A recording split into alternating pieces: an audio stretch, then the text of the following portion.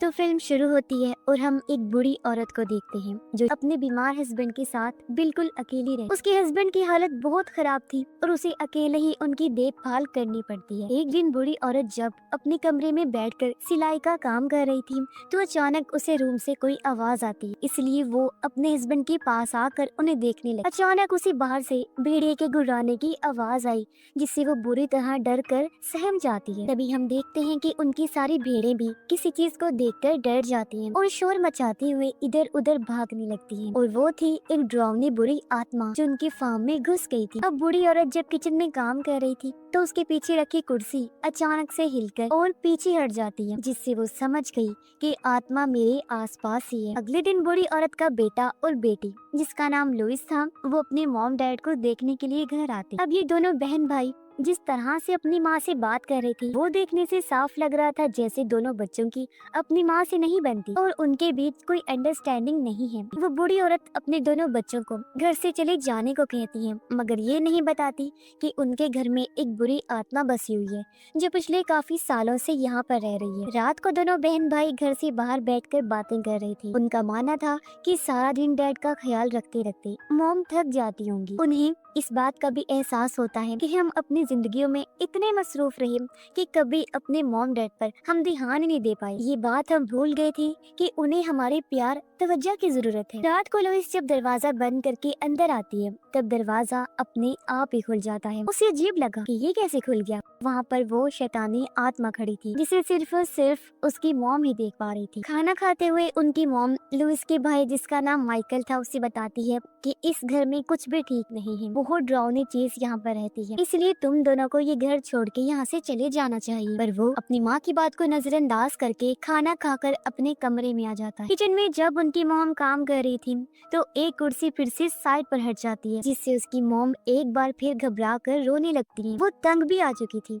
इसलिए हाथ में पकड़े चाकू से वो अपनी उंगलियां ही काटने लगी। अगली सुबह जब लुइस और माइकल फार्म में गए तो ये देखकर दंग रह जाते हैं कि उनकी माँ ने अपनी जान ले ली है। दोनों बहुत दुखी हो जाते हैं। उन्होंने अपनी माँ की लाश को वहाँ से उतारा, जिसे पुलिस लेने आ जाती है और दोनों बहन भाई गहरे सदमे में चले जाते हैं और वो अपने डैड के पास जाकर चुपचाप बैठे रहते हैं। इसी बीच हम इनकी पड़ोसी को देखते हैं, जिन्हें भी उनकी माँ की ऐसी दर्दनाक मौत का बहुत अफसोस हो रहा था, क्योंकि उनकी मॉम और वो पड़ोसी अच्छे दोस्त हुआ करते थे। इनके घर में अब एक नर्स आती है जो उनके डैड की देखभाल करती थी। वो दोनों को बताती है कि आप लोगों की मॉम अकेले में बड़बड़ाती रहती थी, ऐसा लगता था जैसे किसी से बात कर रही हूँ। ये सुनकर लुइस सोचती है कि न जाने कितना मुश्किल टाइम गुजर रहा होगा हमारे मॉम डैड पर। उसे पछतावा होता है कि उस टाइम पर हमने उन्हें अकेला छोड़ा। अब इसी पछतावे की वजह से वो अपने डैड की देखभाल करने की जिम्मेदारी ले लेती है। वो फिर अपनी मॉम के उस कमरे में गई जहाँ वो सिलाई करती थी। लुइस देखती है कि वो उसकी शादी के लिए गाउन बना रही थी। ये देख उसे और दुख हुआ। लुइस जब नहा रही थी तो उसी बाथरूम में किसी के कदमों की आवाज सुनाई देती है। वो आवाज लगाकर पूछती है, माइकल क्या तुम हो यहाँ? मगर आगे से कोई जवाब नहीं आता। इसलिए अब जब लुइस पर्दा हटाकर देखती है तो अपने डैड को वहाँ खड़ा हुआ पाती है, जो बहुत अजीब हालत में थे,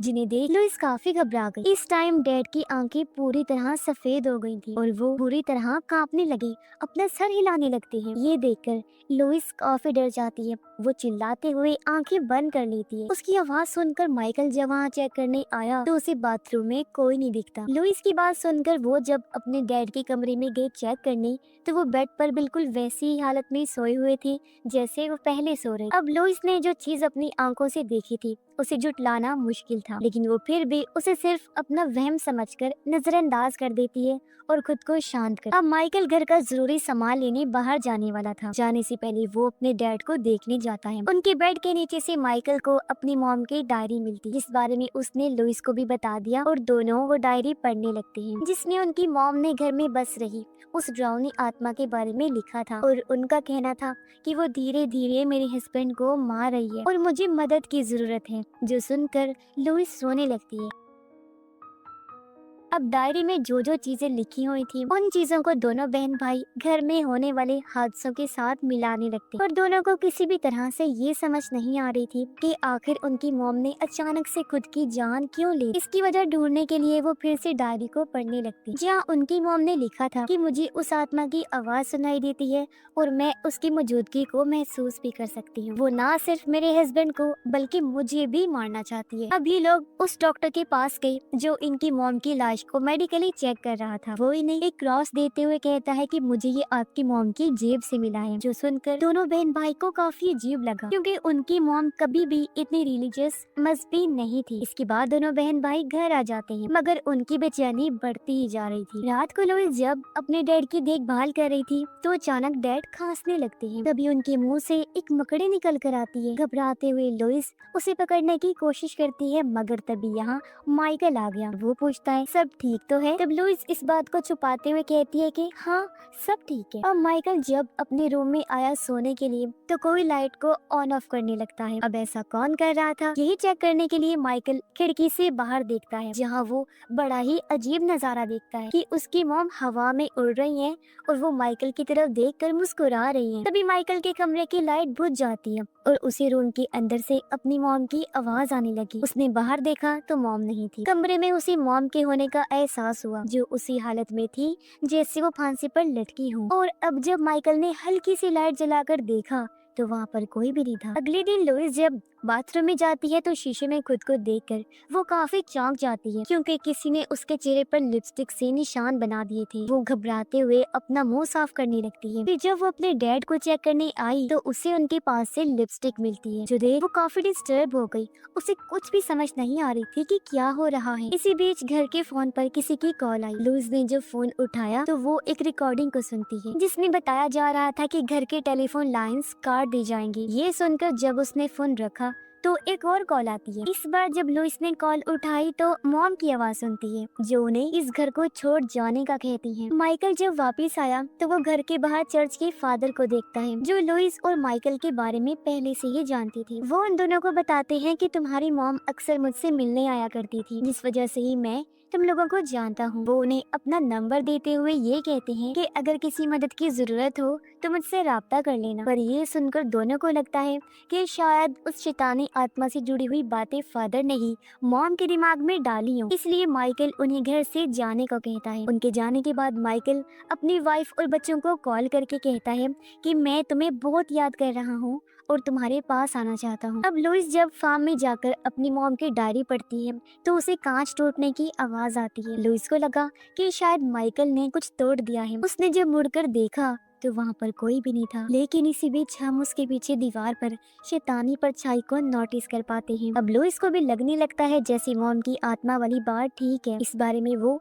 माइकल को कहती है। तब उसका भी यही कहना था कि अब मुझे भी इस बात पर यकीन होने लगा है और वो लुइस को उस रात के बारे में बताने लगता है जब उसने अपनी मॉम को हवा में उड़ते हुए देखा था। कुछ देर बाद जब दोनों घर के अंदर आ गई तो उन्हें बाहर किसी की मौजूदगी का एहसास हुआ, जिसके साथ ही उन्हें कोई चीज खुरचने की आवाज भी आती है। उन्होंने जब बाहर देखा तो वहाँ चर्च के फादर थे, मगर इस बार उनकी आंखें पूरी तरह सफेद हो गई थी। इसे दोनों समझ जाते हैं कि ये फादर नहीं बल्कि आत्मा है, इसने फादर का रूप लिया हुआ है क्योंकि वो किसी का भी रूप ले सकती है। अब इनका पड़ोसी लुइस और माइकल की मदद करने के लिए कॉल करता है। लुइस ने कॉल उठाई तो थी मगर वो बंद हो गई। पर तभी हम देखते हैं कि वो आत्मा अब पड़ोसी पर हमला करने वाली है क्योंकि वो इनकी मदद जो करना चाहता था। आत्मा लुइस के रूप में पड़ोसी के घर आ जाती है और उसके सामने वो अपने जिस्म पर और चेहरे पर कट्स लगाने लगती है चाकू से। उसे देखते ही पड़ोसी भी समझ गया कि ये असली लुइस नहीं है। अब आत्मा पड़ोसी के पास आकर कान में कुछ कहने लगती है, जिसके अगले ही पल पड़ोसी शूट करके अपनी जान ले लेता है। यानी इस तरह ये आत्मा किसी भी इंसान को अपने वश में करके अपनी जान लेने पर मजबूर करती है, जैसे पहले उसने उनकी मॉम के साथ किया और अब पड़ोसी के साथ भी।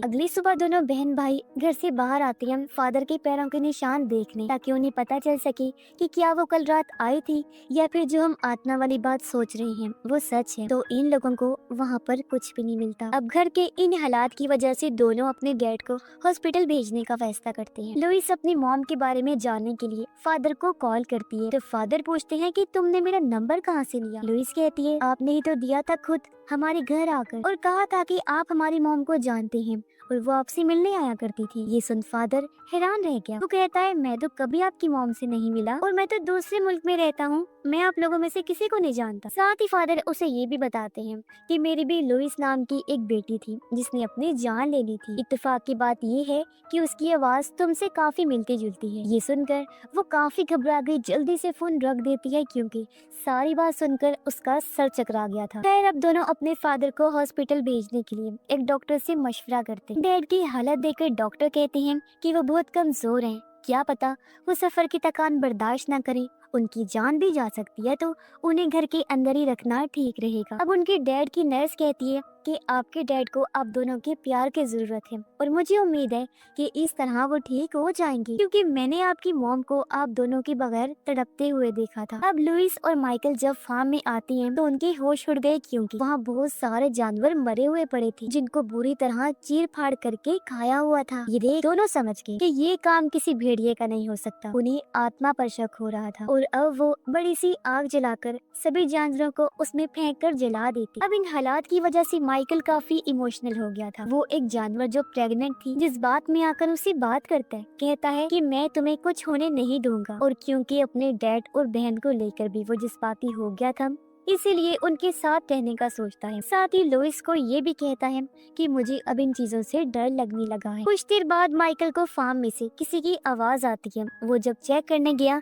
तो शैतानी आत्मा उसकी माँ का रूप लेकर वहाँ आ जाती है। वो माइकल के कान में कुछ बोलने लग गई, जिससे वो भी पड़ोसी और अपनी माँ की तरह चाकू से अपनी जान लेने वाला था, पर तभी वो अपनी ताकत से खुद को रोक लेता है। रात को जब लुइस अपने डैड के साथ सो रही थी तो उसे एक बुरा सपना आता है जिसमें वो डरावनी आत्मा को अपने आसपास ही महसूस करती है, जो अचानक उसे डरा देती है। और अब जब जाकर उसने अपने साथ चेक किया तो उसके डैड वहाँ नहीं थे, बल्कि वो तो छत से चिपके हुए, जिससे वो काफी घबरा गई और अब चीखते हुए उसकी आंख खुल जाती है, यानी ये भी उसका बुरा सपना था। सुबह जब हुई तो माइकल उसे कहीं दिखाई नहीं देता। वो उसे हर जगह ढूंढने लगा। असल में वो अपनी जान बचाने के लिए अपने डैड और बहन को छोड़कर भाग गया था, और अब इस बारे में जानकर लुइस को काफी बुरा लगता है। तभी लुइस से मिलने पड़ोसी की पोती आती है। वो लुइस को उसकी मौत के बारे में बताकर कहती है कि तुम्हारे डैड गल सड़ रहे हैं। ये सुनकर लुइस समझ जाती है कि ये असली पड़ोसी की पोती नहीं है, बल्कि इस बार भी आत्मा रूप बदलकर उसके पास आई है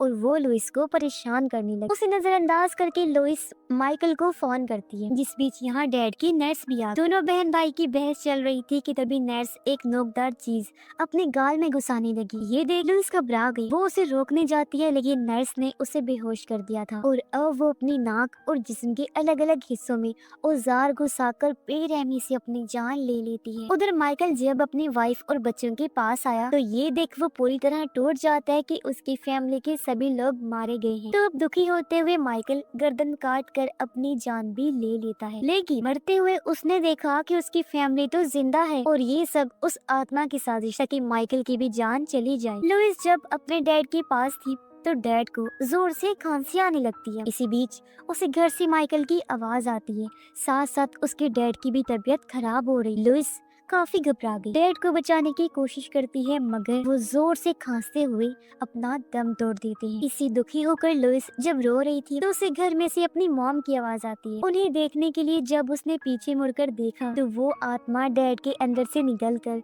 लुइस को भी मार देती है, यानी ये पूरी फैमिली ही मौत के घाट उतर चुकी। तो इसके पीछे की वजह ये थी कि उनकी मॉम ने अपने किसी काम को पूरा करने के लिए उन सब की आत्माएं शैतान को सौंपने का वादा किया था, इसलिए आत्मा उसके डैड के अंदर रहकर उनके घर में बस गई और उसने फिर इस पूरी फैमिली को खत्म कर दिया। जो भी इनसे राब्ते में थे उसने उनको भी मार दिया। और इसी के साथ ही इस फिल्म की कहानी भी यहीं पर खत्म हो जाती है।